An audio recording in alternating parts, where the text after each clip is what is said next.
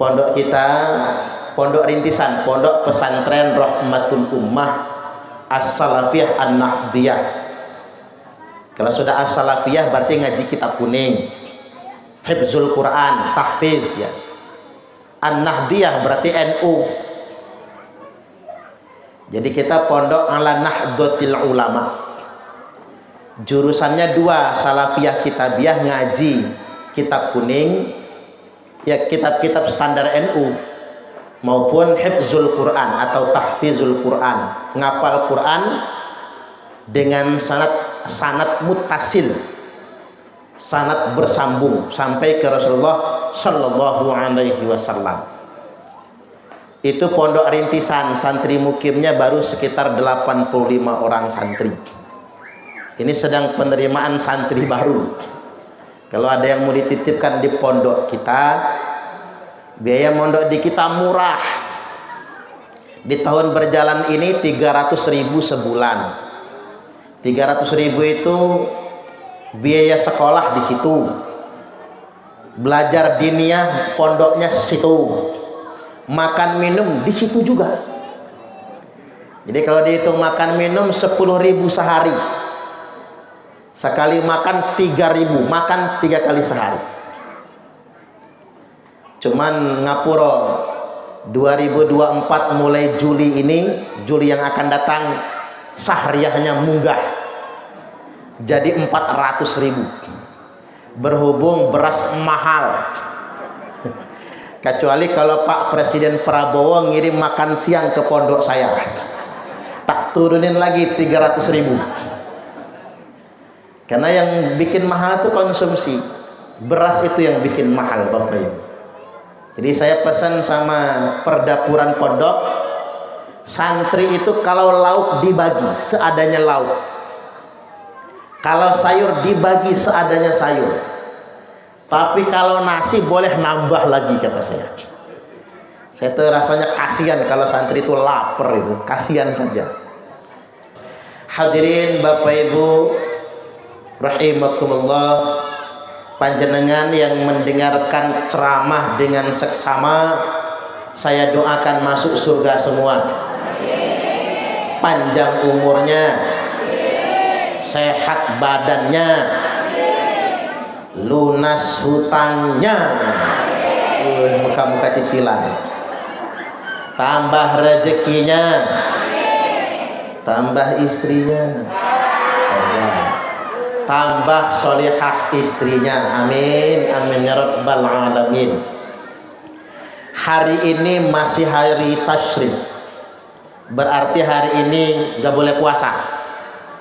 Jenengan kalau masih ada yang puasa, haram puasanya, harus dibatalkan. Karena hari ini masih tanggal 13 Dzulhijjah, sampai asar nanti masih disunahkan takbiran. Kecuali sudah masuk maghrib, tidak boleh lagi takbiran. Takbiran terakhir hingga waktu asar di hari yang terakhir, hari tasyrik, sesuai dengan tema kita tentang kurban.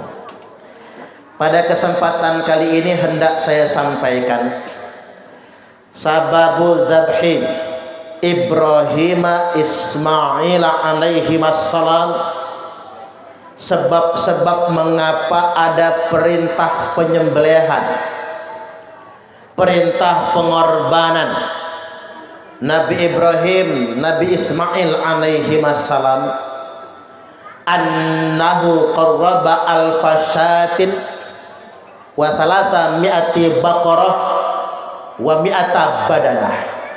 Sesungguhnya Nabi Ibrahim itu berkorban 1000 kambing sekaligus, 300 sapi dan 100 unta. Kalau kata orang Lampung, mapas. Itu ikhlas. Maksud Nabi enggak ikhlas? Itu ikhlas. 1000 kambing, 300 sapi, 100 unta. Kalau orang zaman sekarang nyari yang ikhlas kayak gitu susah. Paling juga kalau sudah kayak gitu kelihatan bannernya di jalan pakai jas kayak saya ini. Suparman Abdul Karim, calon gubernur Lampung. Wah, tepuk tangan dulu nggak apa-apa? Ya kalau beneran. Lagunya calon gubernur Lampung, Suparman Abdul Karim, korban 1000 kambing, 300 sapi, 100 unta. Ada maunya kan? Kadang-kadang orang akhir zaman ini berbuat karena ingin dinilai orang, beramal karena minta diapresiasi. Nah ini penting bagi kita. Nabi Ibrahim ikhlas. Fata'ajjaban nasu wal malaikatu min dzalik. Takjub semua manusia, bukan cuman manusia, malaikat saja takjub dengan pengorbanan Nabi Ibrahim. Apa kata beliau? Semua yang aku korbankan ini, 1000 kambing, 300 sapi, 100 unta, laisa bisyai'in indi, belum apa-apanya. Wallahi lau kana li ibnun la adbahannahu fi sabilillah, demi Allah, seandainya aku punya anak pun tak boleh ku korbankan di jalan Allah. Ingat, Bu, bukan sombong. Nabi Ibrahim gak mungkin sombong, karena orang sombong pasti masuk neraka. Orang sombong mustahil masuk surga. Surga bukan tempat orang sombong, surga tempatnya orang tawadhu. Maka Ibrahim bicara begini bukan karena sombong, tapi karena saking semangatnya taat kepada Allah. Ibu-ibu ini sombong gak kira-kira? Enggak lah kayaknya ya. At-takabburu minal agniya'i qabih. Orang kaya sombong itu jelek. Ada nggak orang kaya sombong? Banyak. Walakinnahu minal fuqara'i akbah. Tetapi orang miskin sombong tambah jelek. Orang miskin sombong ada? Tambah banyak. Udah melarat sombong. Apanya yang disombongin? Orang pinter sombong, jelek. Orang goblok sombong, tambah jelek. Ibu-ibu yang cantik-cantik sombong, jelek. Ibu-ibu yang jelek sombong, tambah jelek. Ada nggak Bu orang jelek sombong? Yang mana orangnya? Kalau ada di sini. Sombong itu adalah dosa yang paling dibenci oleh Allah. Makanya hati-hati, jangan sombong, jangan merasa lebih. Kalau kata orang Sunda, urang pang nak cenah, pang nak pang paling hebat dewe, paling pinter dewe. Maaf ngomong ya, kalau bukan saya. Ada nggak sih yang suka ngomong begitu? Ada. Payah orang berenung.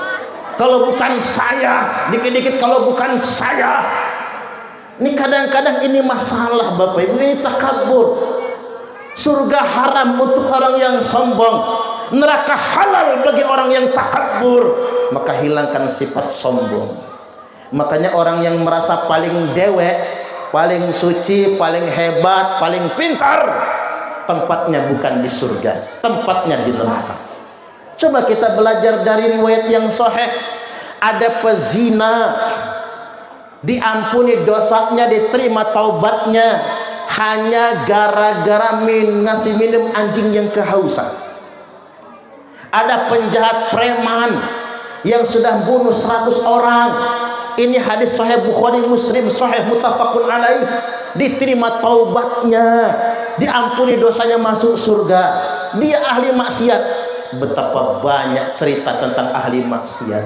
yang Allah terima taubatnya, Allah ampuni semua dosa-dosanya, lalu dimasukkan ke dalam surga. Tapi ada dalam Al-Quran disebutkan, fala tuzakku anfusakum, janganlah kalian merasa suci dengan diri kalian sendiri. Atau maknanya begini, janganlah kalian menganggap diri kalian sendiri suci, merasa paling suci, merasa paling benar. Orang lain disalah-salahkan, diancam-ancam, seolah-olah orang lain diancam masuk neraka, dan seolah-olah dia jadi panitia surga. Ada nggak sih yang kayak gitu tuh? Udah kayak panitia surga, udah kayak malaikat, seakan-akan dia sudah ngapling surga. Siapapun yang nggak sependapat sama dia jadi kafir, masuk neraka. Enak aja. Ada nggak yang kayak gitu? Ada. Yang kayak gini Allah malah nggak suka. Jangan nganggap diri kalian sendiri suci. Huwa a'lamu bimanittaqa. Dialah Allah yang maha tahu, yang paling tahu siapa yang benar-benar bertakwa kepadanya. Jadi hindari betul cara beragama yang merasa paling baik. Ingat sekali lagi, ketika kita nunjuk orang, tunjuk jari satu ke depan, jari yang lain nunjuk ke arah diri kita sendiri. Hati-hati dengan menuduh, karena bisa jadi kembali ke diri kita sendiri. Memponis orang ahli neraka, nunjuk orang munafik, nunjuk orang kafir, nunjuk orang bid'ah. Ingat, balik dewe. Hati-hati. Makanya ada kejadian ini. Kejadian ada tukang cukur. Halo? Ada tukang cukur gak sih sini? Nah, enten gak? Ada tukang cukur. Lagi nyukur dia ngomong sama yang dicukur, Pak mau tahu nggak? Apaan? Anak paling goblok di dunia. Lu siapa? Tuh anaknya, Bejo namanya. Enggak bro, ada Pak Bejo nggak ya? Ada. Pak Bejo jangan marah. Bejo namanya. Kata yang dicukur, kok sampean tahu Bejo paling goblok? Itu si Bejo udah dites tiap hari masih goblok aja. Emang kayak mana ngetesnya? Yuk kita panggil. Hari ini belum dites. Jo, sini. Ternyata Bejo ini anak kelas 5 SD. Masuk ke tempat cukuran. Ada apa mang? Kata Bejo. Sama tukang cukur disodorkan di tangan kanan uang 5.000, di tangan kiri uang 1.000. Milih Jo. Sama Bejo dipilih yang 1.000. Nah kan Pak, kata tukang cukur, emang goblok Bejo. Ada yang 5.000, dia pilih yang 1.000. Pikir yang dicukur bener juga di tukang cukur. Selesai cukur rambut, dia bayar, keluar muncul rasa penasaran. Ketemu Bejo di luar, Jo sini dulu. Ada apa om? Yang ini duit berapa Jo? 5.000 om. Nah yang ini Jo 1.000 om. Gede 5.000 atau gedean yang 1.000 Jo? Kata Bejo, ya gedean yang 5.000 lah om. Masa gedean yang 1.000? Kata yang dicukur, nah itu lu tahu. Ngapa tadi sama mamang tukang cukur di dalam kamu ngambil yang 1.000 bukan yang 5.000? Ketawa Bejo. Kata si Bejo, oi om, kalau itu mah, kalau saya milih yang 5.000, berhenti mamang tukang cukur itu ngetesin saya. Tapi kalau saya pilih yang 1.000, tiap hari saya dites. Mending dapat 1.000, yang penting tiap hari om, kata dia. Daripada 5.000 tapi sekali. Kata yang dicukur, oi, yang goblok bukan Bejo, yang goblok tukang cukur. Maaf kalau ada tukang cukur. Maksud saya begini, kadang-kadang kita nunjuk orang ahli neraka. Awas, balik ke sini lu. Kadang-kadang kita nunjuk orang kafir. Awas, balik ke sini. Makanya Allah nggak mau dengan orang yang takabur. Allah benci dengan orang yang sombong. Jadi balik lagi, Nabi Ibrahim korban 1.000 kambing, 300 sapi, 100 unta. Sampai takjub semua manusia dan para malaikat. Kata beliau, semua yang aku korbankan ini laisa bisyai'in indi, bukan apa-apanya bagi saya. Wallahi law kana li ibnun la adbahannahu fi sabilillah.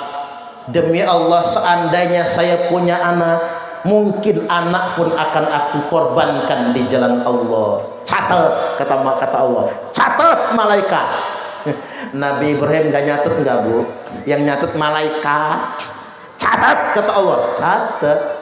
Mado alaihi zaman, zaman berlalu, tahun berganti tahun.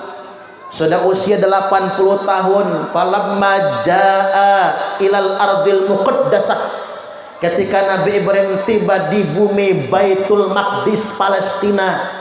Itu bukan kampungnya Nabi Ibrahim. Beliau tiba di bumi Baitul Maqdis Palestina. Sa'ala rabbahul walad, beliau minta keturunan. Udah 80 belum punya anak. Halo, ada yang belum punya anak? Mudah-mudahan cepat punya keturunan. Allahumma amin. Oh nggak enak bu, pak, saya ini 10 tahun nikah kosong, nggak punya keturunan. 10 tahun dulu bu, buat pengalaman ya. Kalau ada anak jenengan belum punya keturunan, oh pulang ngaji pak, ngaca, laki bukan saya ini.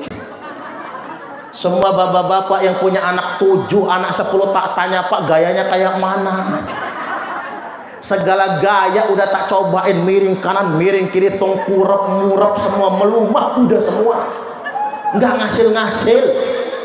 Kalau ngeliat orang gendong envy rasanya, kata orang sekarang. Kepengen kayak orang-orang, bapak ibu, itulah rasanya. Tapi alhamdulillah sekarang saya sudah punya 2. Yang pertama putra masih umur 9 tahun, masih kecil. Yang kedua putri masih umur 4 tahun.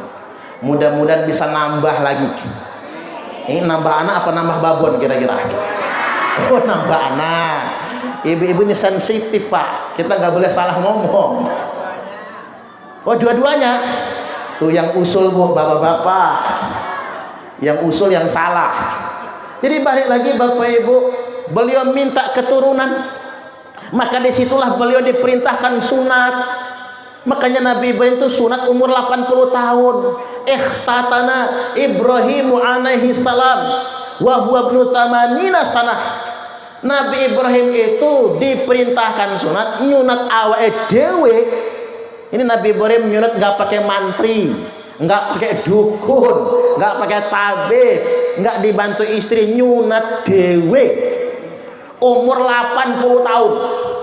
Pakai kampak. Ini kampak Wiro Sableng 212 itu pakai kampak. Kata Siti Saroh, abang, kalau bahasa kita, abang yang motong, saya yang megangin bang.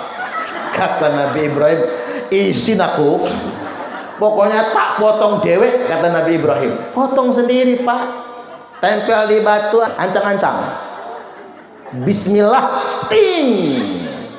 Saya cuman khawatir kalau meleset ke belakang, kelar hidup lo. Untung gak meleset, itulah barokahnya basmalah. Makanya apa-apa baca bismillah ya bu. Urusan baik nggak pakai bismillah, abtar, putus berkah. Segala urusan itu walaupun baik, kalau nggak pakai bismillah, putus berkah. Makanya kalau hidup nggak mau putus berkah, bismillah. Segala yang baik jadi racun kalau dimakan tanpa bismillah. Kopi jadi racun kalau nggak pakai bismillah. Makan nasi jadi racun, diabetes kalau makan tanpa bismillah. Segala sesuatu akan jadi tawar karena bismillah. Kalau nggak mau panjang, bismillahirrahmanirrahim, bismillah jadilah. Jangan lupakan itu semua. Nah itulah sejarah Nabi Ibrahim sunat. Udah sunat juga belum punya momongan. Kata Sarah, abang kawin aja lagi. Seperti petir menggelegar Pak.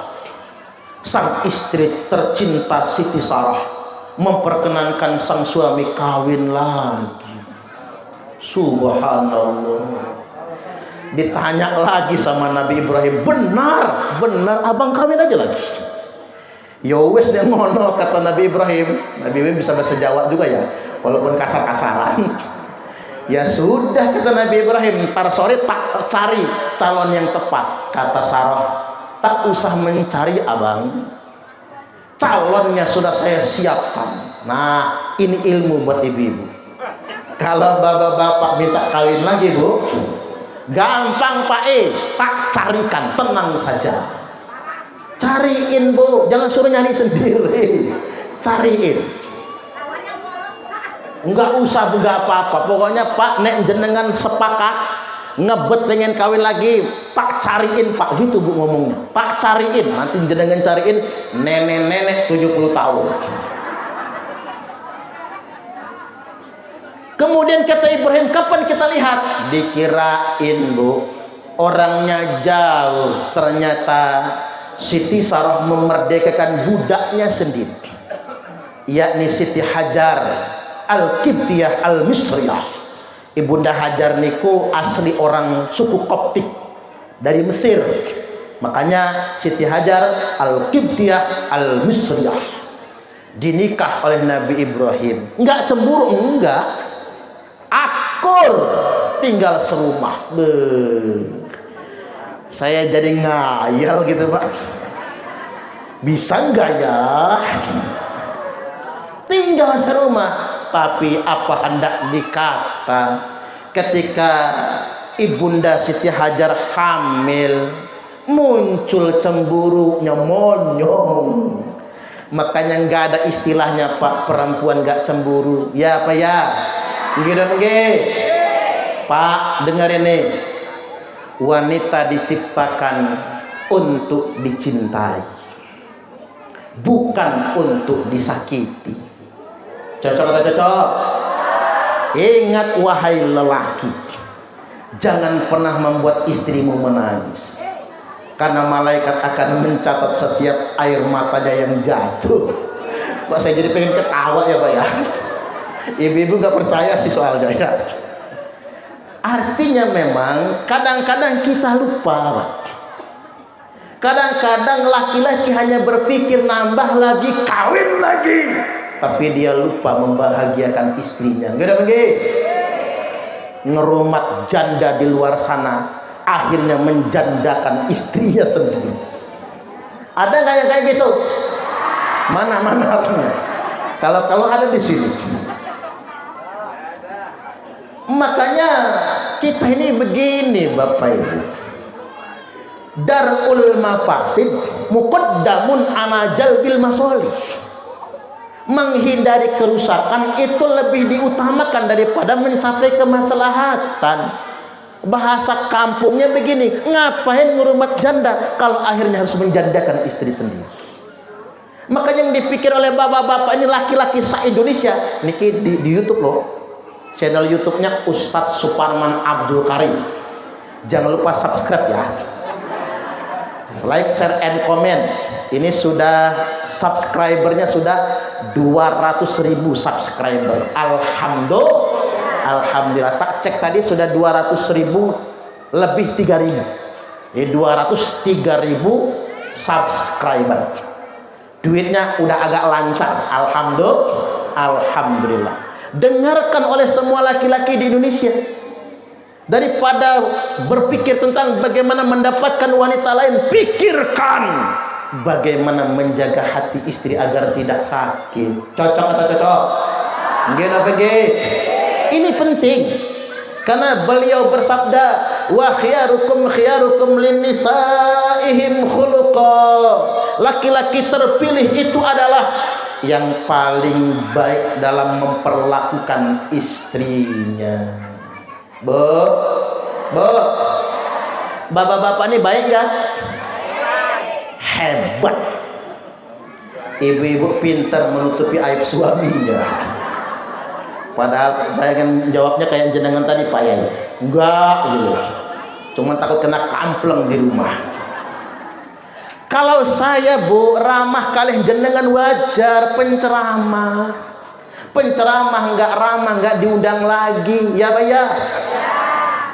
Tapi saking ramahnya saya datangnya duluan saya. Masih kosong sudah datang.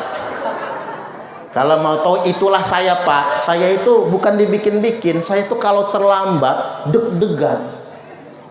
Jadi saya tuh nggak bisa terlambat. Bukan karena ingin di alam, enggak. Saya tuh kalau sudah terlambat datang-datang tinggal naik panggung ceramah nggak fokus ceramah. Saya pengen duduk sejak awal, minimal kopi setengah habis dulu. Emang sifatnya begitu Bapak Ibu, kecuali terpaksa karena faktor perjalanan jauh. Ngaji di dua tempat, jaraknya agak jauh, mungkin terpaksa terlambat. Jadi bukan karena apa, sedemikian rupa memang. Makanya saya seringnya datang lebih awal untuk ngaji. Saya kembali lagi, kalau saya ramah wajar karena penceramah. Caleg ramah wajar. Kemarin kan waktu mau pemilu calegnya ramah semua kan? Senyum-senyum, nyengar-nyengir kan? Kaca mobil dibuka, wajar. Tapi kalau calegnya pelit, udah nggak ramah, pelit, males milih. Apalagi ibu-ibu ngasih spanduk di depan rumah, opo-opo wis podo munda, nggak terima kalau gocap. Kalau 200.000 gua coblos. Payah mak-mak nih. Pemilu 2024 adalah pemilu paling brutal sepanjang sejarah politik Indonesia. Ya Pak ya? Sudah ada calon wakil-wakil rakyat yang bagus, yang hadir bersama masyarakat, yang betul-betul merakyat, memperjuangkan aspirasi masyarakat. Tapi kalau nggak bagi duit jelang pemilihan, nggak dicoblos. Jadi ngapura nggih, bukan cuma buat jenengan, buat saya dan semua bangsa Indonesia.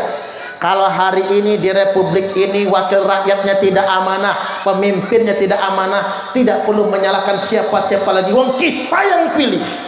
Ya Pak ya? Kita yang pilih. Kadang-kadang begini, kalau ada caleg ngasih 50.000, apa kata mak-mak? Calegnya pelit. Cangkemnya ngomong pelit, duitnya masuk tadi. Duitnya masuk. Begitu ada caleg ngasih 100.000 agak sumringah, makasih Pak, insya Allah nyoblos Bapak, insya Allah. Nggak bisa dipercaya.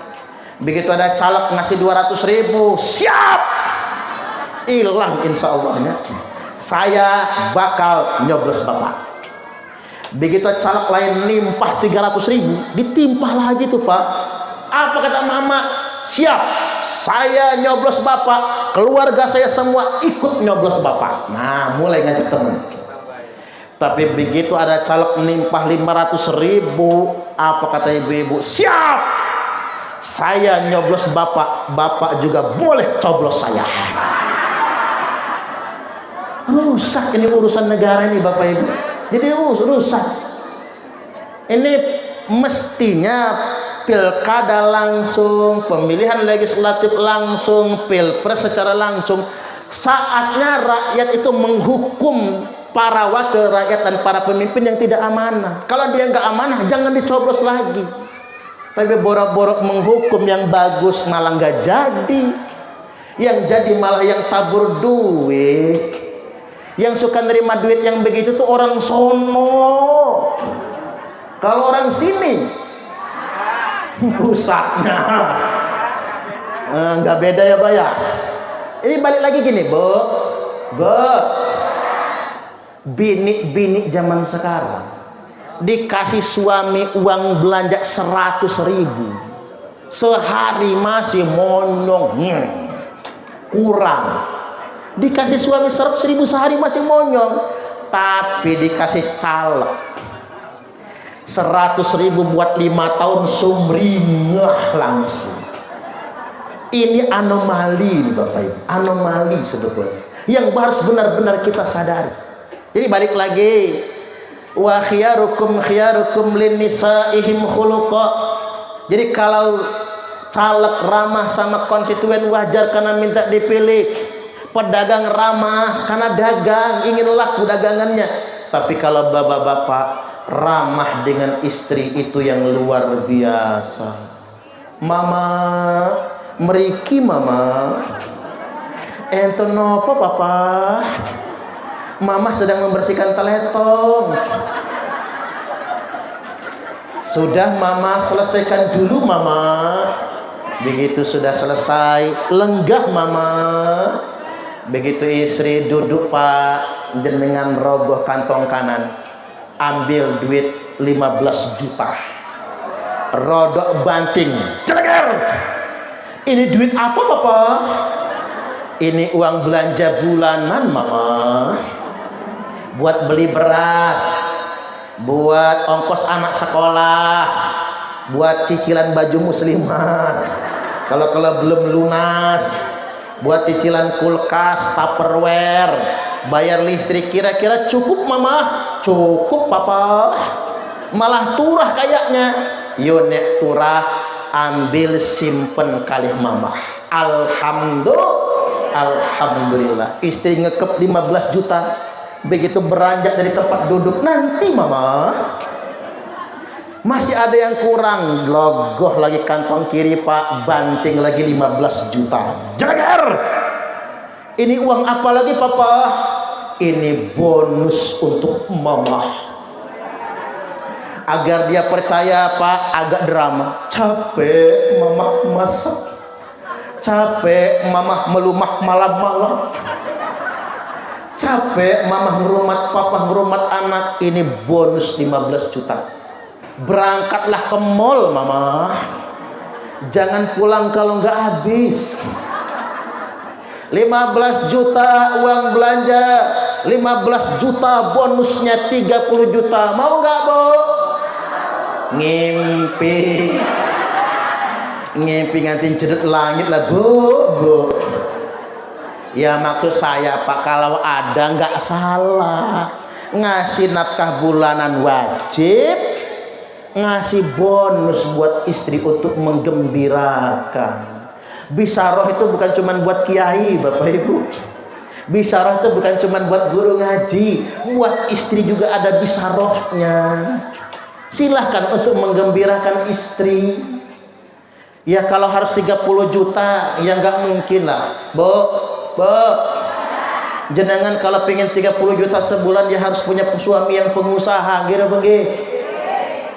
Ya kalau cuman PNS gak bisa pak, apalagi betani gak bisa 30 juta sebulan itu. Istri juga nerimo kok pak, cuman maksudnya begini, seberapapun yang jenengan kasih, istri pasti nerimo gitu begitu. Cuman ibu-ibu ini pak paling benci, dengerin oleh jenengan, catat dalam hati, ibu-ibu ini paling benci sama laki-laki yang pelit, ngasihnya cuman dikit, itu pun diungkit-ungkit. Betul? Ada nggak zaman sekarang? Mana orangnya? Nah, kita sepakat ini bapak ibu. Makanya berapapun dikasih yang nerimo, tapi bu ya jangan diungkit-ungkit. Habis ya habis, gitu. Entah tidak akan dibuang kemana-mana yang mubadir, pasti untuk yang bermanfaat. Jadi balik lagi bapak ibu, karena Siti Sarah cemburu, maka oleh beliau Ibunda Hajar yang sedang hamil tua dibawa ke Bakkah dari Palestina. Berangkatnya bukan 1 kilo 2 kilo, dari Palestina berangkat ke Bakkah. Kalau dalam bahasa Sarang Makkatul Mukarramah, zaman dulu nyebutnya Bakkah, lembah batu. Sampai di sana, di tengah padang pasir dan cekungan batu, Sayyidah Hajar yang sedang hamil tua bapak ibu ditinggal oleh Nabi Ibrahim. Makanya sampai lahiran, karena di padang yang sangat tandus dan kering, beliau kehausan dan kelaparan, air susunya kering, nggak bisa menyusui Nabi Ismail alaihi salam. Maka lantas kemudian Ibunda Hajar nyari air, lari ke Bukit Sofa, nggak dapat, turun naik ke Bukit Marwah, nggak dapat, 7 kali bolak-balik. Maka itu jadi rukun haji. Inna Safa wal Marwata min sya'airillah. Sesungguhnya Safa, Marwah adalah syiarnya Allah. Disitulah ibunda kita Hajar radhiyallahu anha mencari penghidupan, mencari rezeki, naik ke sofa, naik ke Marwah, bolak-balik 7 kali, tapi nggak dapat di sana. Airnya tidak dapat di Bukit Sofa, tidak dapat di Bukit Marwah. Ini pelajaran buat kita Bapak Ibu, pelajaran tentang maisah, pelajaran tentang mencari kehidupan. Kita ini tugasnya cuman ikhtiar, munggah ke sofa, turun, munggah ke Marwah, 7 kali bolak-balik, sempurnakan ikhtiar. Tapi ingat, bukan Bukit Sofa yang memberi rezeki, bukan pula Marwah, bukan tempat kita bekerja, bukan ladang yang sedang kita garap, tapi rezeki itu dari Gusti Allah. Sempurna ikhtiar ibunda Hajar, balik lagi ke dekat Ka'bah. Betapa kagetnya ibunda Hajar, hentakan kaki Nabi Ismail bayi memuncratkan air yang sangat segar, zam, berkah yang begitu banyak. Jadilah air itu dengan sebutan air zam. Ini filosofi kehidupan. Yang petani silahkan bertani, yang nyawah yo nyawah, yang ladang yo berladang, yang berkebun silahkan berkebun, yang dagang silahkan dagang, yang berpolitik silahkan berpolitik, yang jadi pegawai silahkan jadi pegawai. Tapi ingat satu hal, rezeki Allah yang tentukan. Cocok atau cocok? Ini pelajaran kehidupan. Kalau kita punya rumus kayak gini, satu Bapak Ibu, kita nggak akan iri dengan punya orang lain. Inilah gunanya ngaji, biar jangan iri-irian. Tetangga beli kulkas panas, tetangga beli ceret mencret, tetangga beli motor gemetar, tetangga beli mobil menggigil. Karena ngapa? Kita sering iri dengan punya orang, kita nggak percaya dengan Allah yang menentukan rezeki. Maisah adalah kewajiban dalam kehidupan kita, menjalani kehidupan kita semua ikhtiar, hasil Allah yang tentukan. Makanya kembalikan kepada Allah, syukuri yang punya kita. Pas betul juga tadi Ustazah Ibu Qori'ah kita tadi itu baca ayatnya pas. Wa may yashkur fa innama yashkuru li nafsi. Barang siapa yang bersyukur, fa innama, sesungguhnya semata-mata syukurnya itu untuk keuntungan dirinya sendiri. Nek dewe syukur, syukurnya itu bukan buat Allah, syukur itu buat kita. Wa man kafara fa innallaha ghaniyyun hamid. Tapi barang siapa yang kufur, sesungguhnya Allah maha kaya. Allah yang maha kaya. Makanya benar kalau kata orang bijak begini, halo, dengerin Bapak Ibu, bukan kaya yang membuat Anda bersyukur, tapi bersyukurlah yang membuat Anda jadi kaya. Bukan kaya yang menjadikan Anda bahagia, tapi rasa bahagialah yang menjadikan Anda kaya. Kaya itu soal rasa, bukan soal harta. Betapa banyak orang yang kaya harta tapi miskin rasa. Tidak sedikit orang yang katanya miskin harta, kelihatannya miskin harta, tapi kaya rasa. Catat di status Facebook masing-masing. Ayo jadikan komitmen hidup kita. Hidup jangan mendongak ke atas. Capek betul Bapak Ibu. Kalau hidup kita ini larak-lirik kanan kiri samping rumah kita, capek. Di atas langit masih ada langit gitu. Sudah syukuri yang punya kita saja. Makanya saya ini masih kecil nakal. Namanya orang kampung nakal. Saya itu kan orang kebon, jemes sebenarnya besar di kebun. Tinggal di kebun, lahir aja di kebun kopi. Begitu lahir hampir gelinding di tebing, Bu. Ibu saya sih udah tahu hamil tua ke kebun kontraksi. Artinya orang kampung. Kalau kata orang Sunda jelma leweng pak umbul, kata orang Jawa emang orang kampung Bapak Ibu. Karena nakal ibu saya tuh sambil mukulin pantat saya. Ibu saya tuh guru ngaji, Bu Nyai. Puluhan tahun ngajar ngaji gak dibayar Pak. Itulah guru ngaji kampung, ikhlas.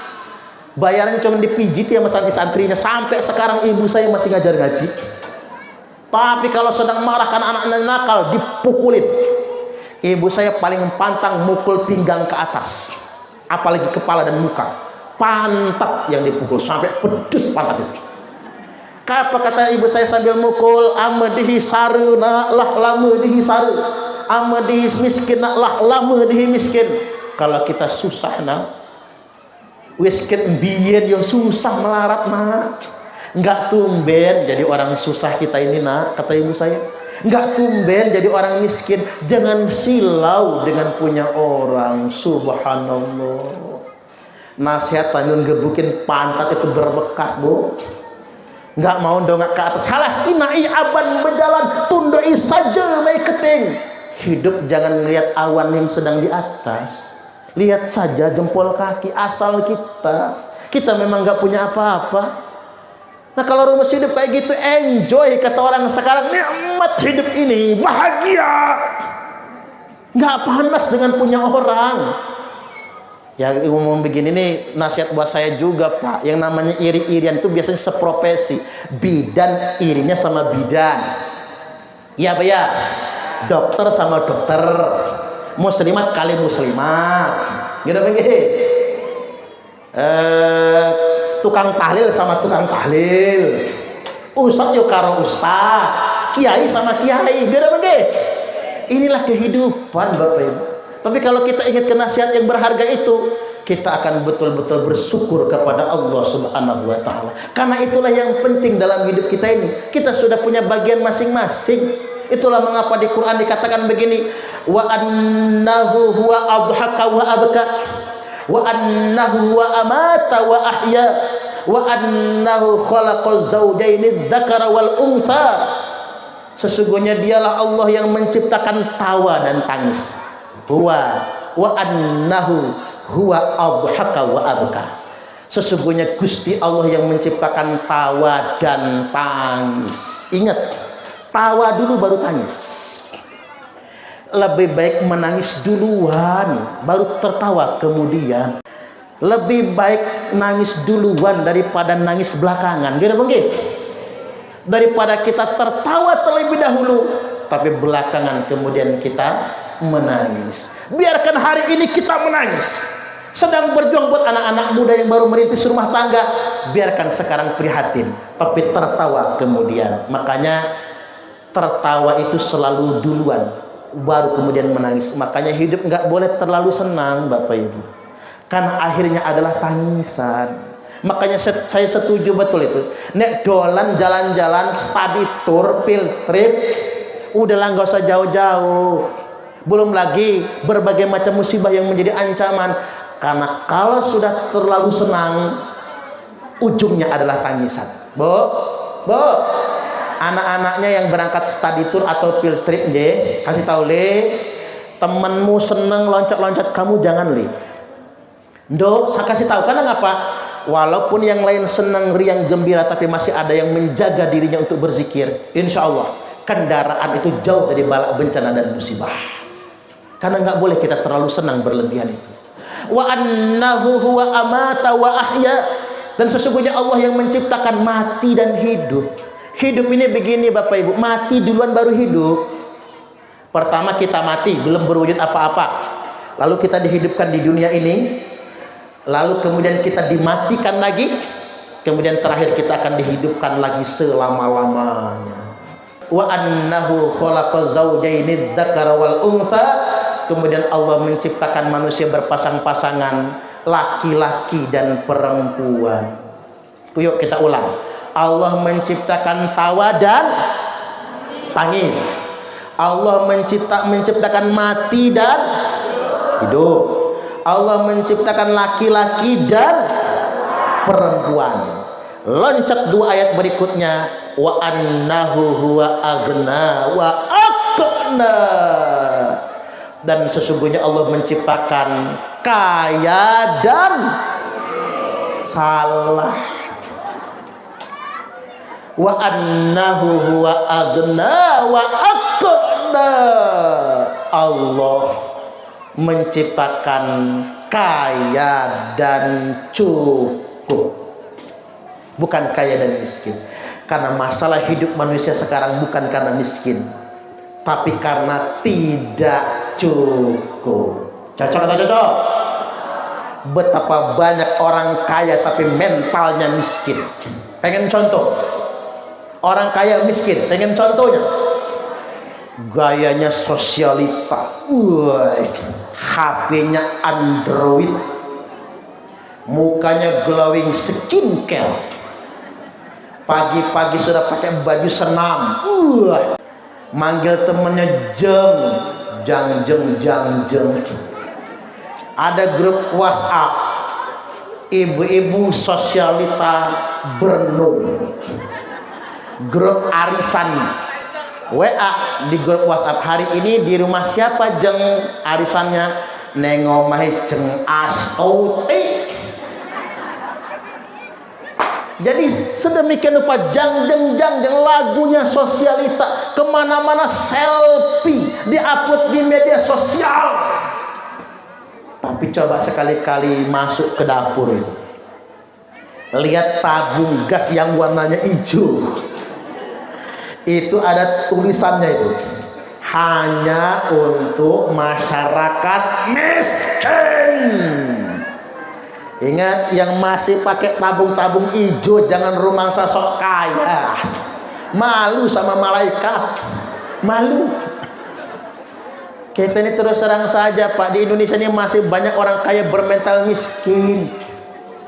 Gayanya sosialita, dibilang melarat marah, nggak dapat bansos ngamuk. Ketua RT jadi bantalan. Apa kata emak-emak? Payah ketua RT-nya nepotisme. Saudara dia kebagian, kita mah enggak. Pak RT mah kendel Pak, udah sering diomongin orang, kebel. Hatinya sudah kuat, tapi bini Pak RT yang kasihan. Pak, mana gaji RT gak seberapa. Udahlah Pak, berhenti aja jadi RT daripada diomongin orang. Apa kata Pak RT? Udah mak, ini pengabdian, ini ibadah. Percuma kita sholat kalau diomongin orang saja sudah rontok iman kita. Gini aja, Pak usulin sama Pak Kades Bernung, keluarga kita yang dapat BLT bansos cabut, kasih ke orang lain semua. Begitu bagi bansos, keluarga yang gak ada yang dapat orang lain semua. Apa kata keluarga saudara Pak RT? Nggak ada guna punya saudara jadi RT. Orang lain kebagian, kita enggak. Apa coba Bapak Ibu? Lo ngapa masalah bansos ini jadi ribut? Karena banyak orang bermental miskin. Coba dari sekarang masyarakat berenung, yuk kita bermental kaya. Kalau Pak Kades bagi bansos, bagi BLT, katakan begini, maaf Pak Kades, maaf, kami nolak bansos. Pak Kades sudah gemeter, ngapa warga Berenung nolak bansos? Lo ngapa? Mohon maaf Pak Kades, kami sudah sugih semua Pak Kades. Kasih saja bansos ini buat yang membutuhkan. Oh ngoten toh, kata Pak Kades. Setuju gak kira-kira? Ya artinya Bapak Ibu saya ingin ingatkan, walaupun kita nggak dapat bansos, walaupun kita nggak dapat bantuan pemerintah, nggak urung kita mendapatkan rezeki dari Allah. Nggih dah nggih.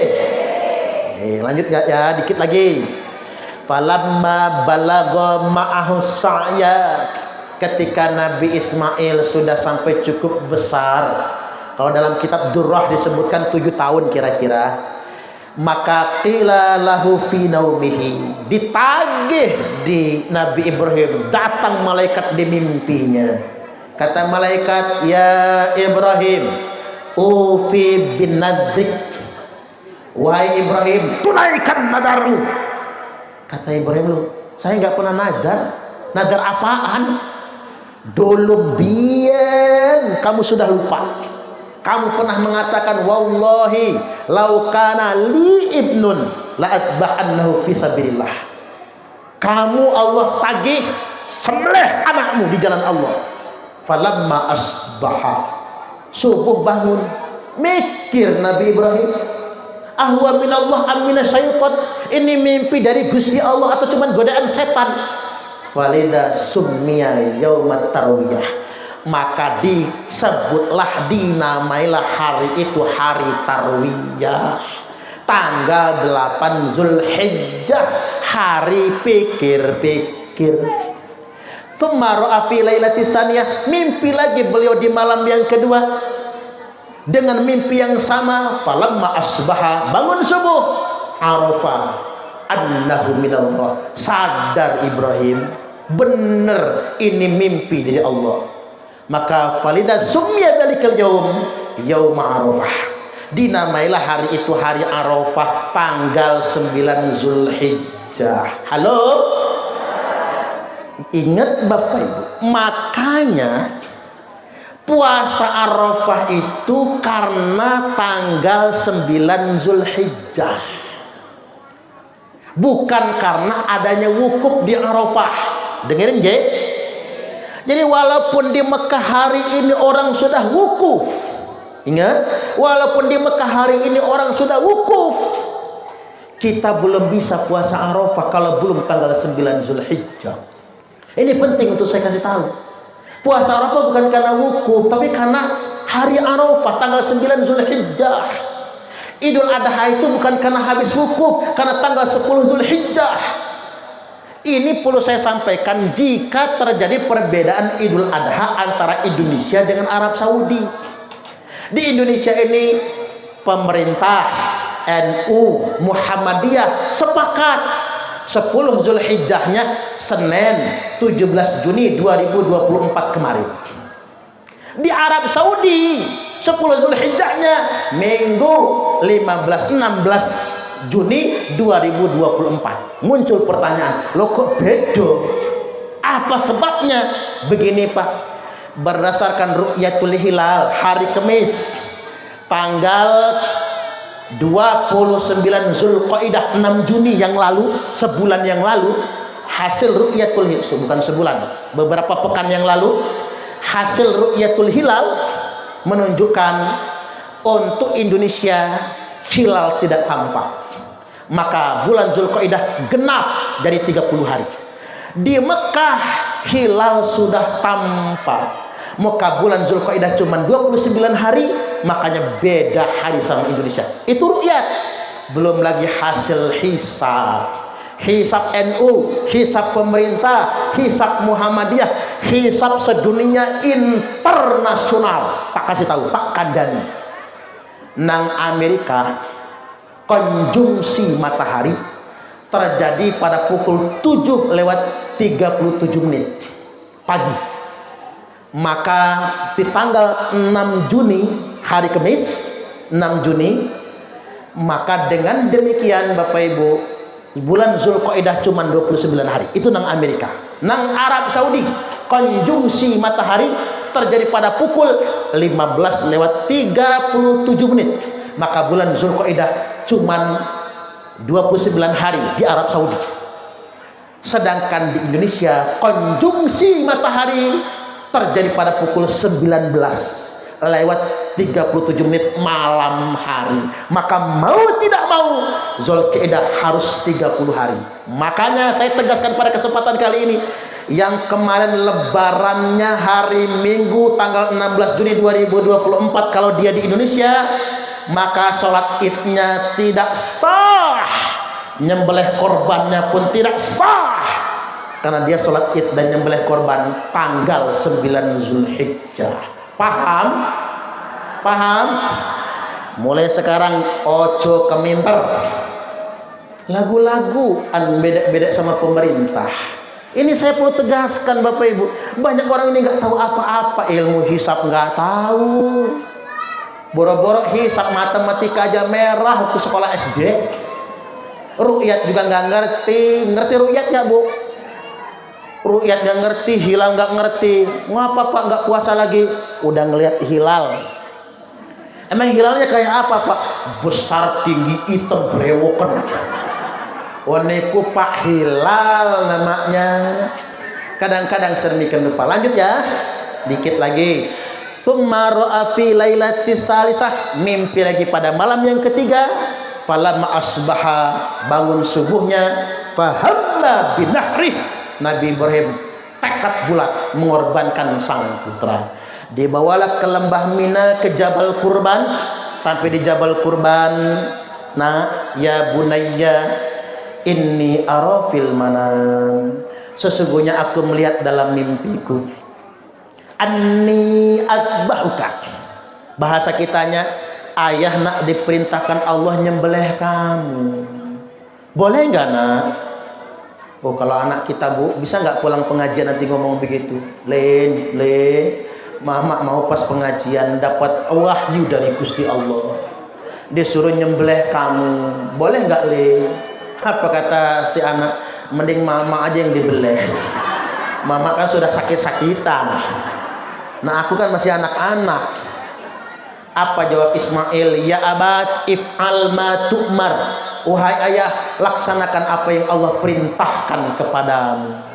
Cuman 5 permintaan kata Nabi Ismail. 1, tajamkan pedangmu agar gak kelamaan memutuskan urat leher. 2, ikat tangan dan kakiku biar aku tidak meronta. 3, tutup mukaku biar ayah gak kasihan waktu nyembelih. Ya kalau nyembelih kasihan, tanggung putusnya. Yang keempat, baju yang bagus luaran ini, outer kalau kata orang sekarang, luaran ini bawa pulang ke rumah jangan kena darah, sebagai hadiah buat ibunda Hajar, kenang-kenangan dia pernah punya anak Ismail. Yang kelima, ayah, sementara waktu anak kecil jangan ke rumah kita. Nanti ayah kalau lihat anak kecil nangis, nggak ikhlas dengan pengorbanan ini. Falamma aslama wa tallahu lil jabin, keduanya berserah diri kepada Allah. Dibaringkan Nabi Ismail di tempat penyembelihan. Bismillahi wallahu akbar, gorok, mental pedang. Kata Ismail, ayah, pedangnya kurang tajam, diteskan ke batu-batunya belah. Digorok yang kedua kalinya, pedang pun mental lagi. Kata Ismail, ayah, mungkin ayah enggak ikhlas. Lepas tutup mukaku, lepas ikatan tangan dan kakiku, kita buktikan kepada Allah kalau kita ikhlas. Lepas semua, gorok yang ketiga kalinya, pedang pun mental. Nabi Ibrahim langsung sujud tersungkur di bumi, nangis, ya Allah, apakah korban ini tidak diterima? Gusti Allah berfirman, Jibril, wa fadainahu bidibhin azim, tukar Ismail dengan kambing. Kamu turun, kasih tahu Jibril, korban sudah diterima. Begitu Jibril kasih tahu Ibrahim, korban sudah diterima. Begitu Jibril turun, malaikat yang lain nangis, Pak. Ya Allah, kami ingin ikut Jibril. Loh, ngapa kata Allah? Kami ingin bertemu dengan Ibrahim dan Ismail. Ya sudah kata Allah, ketimbang malaikat nangis semua, mangkat toh, berangkat ke bumi lembah Mina itu. Begitu sampai di lembah Mina, saking takjubnya Jibril, nggak bisa berkata-kata lagi, langsung takbir 3 kali. Allahu Akbar, Allahu Akbar, Allahu Akbar. Mendengar takbir malaikat Jibril alaihi salam, Nabi Ibrahim jawab, Pak, La ilaha illallah wallahu akbar. Mendengar itu, Nabi Ismail yang tadinya di tempat penjagalan berdiri, lalu menyempurnakan kalimat Allahu akbar walillahil hamd. Maka semua malaikat tidak dikomando, langsung serempak. Allahu akbar, Allahu akbar, Allahu akbar, la ilaha illallah wallahu akbar, Allahu akbar walillahil hamd. Maka sejak saat itu kita semua disyariatkan bertakbir. Jadi yang pertama kali merangkainya malaikat Jibril, Nabi Ibrahim dan Nabi Ismail alaihim salam. Maka 4 hari Idul Adha dan 3 hari tasyrik, ditambah lagi Idul Fitri, kita bertakbir dengan kalimat yang tadi tersebut. Baik, terakhir Bapak Ibu, dari hikmah pengorbanan ini, ayo kita bermental kaya. Kita semua sudah diberi rezeki oleh Allah. Gitu bengki. Ingat, tangan di atas lebih baik daripada tangan di bawah. Orang kaya bolak-balik umroh dengan alasan rindu rumah Allah. Padahal Allah lebih rindu dengan orang kaya yang berbagi dengan fakir miskin. Tak ulang ya, orang kaya bolak-balik umroh dengan alasan rindu rumah Allah, padahal Allah lebih rindu dengan orang kaya yang berbagi dengan fakir miskin. Dengerin yang sugih-sugih. Ngapain Pak bolak-balik berangkat haji? Kalau udah sekali sudah. Ngapain bolak-balik pelesiran umroh? Kalau 35 juta kali berdua 70 juta, bagiin buat fakir miskin di Bernung ini. Cocok atau cocok? Ayo kita bantu sesama. Satu lagi nih. Sesuap nasi yang engkau masukkan ke dalam perut orang yang lapar, itu lebih baik daripada membangun 1000 masjid jamiah. Berhentilah orang Islam tuh bongkar pasang masjid, sedangkan tetangga masjid masih ada yang kelaparan. Ada santri yang gak bisa bayar sehariah. Ada siswa yang ijazahnya masih ditahan oleh pihak sekolah. Ada orang sakit yang tidak punya biaya untuk berobat. Oleh karena itu Bapak Ibu, yuk kepedulian kita kepada sesama dengan momentum Idul Adha tahun ini, dengan momentum pengorbanan ini, ayo kita bermental kaya, tangan di atas lebih baik daripada tangan di bawah.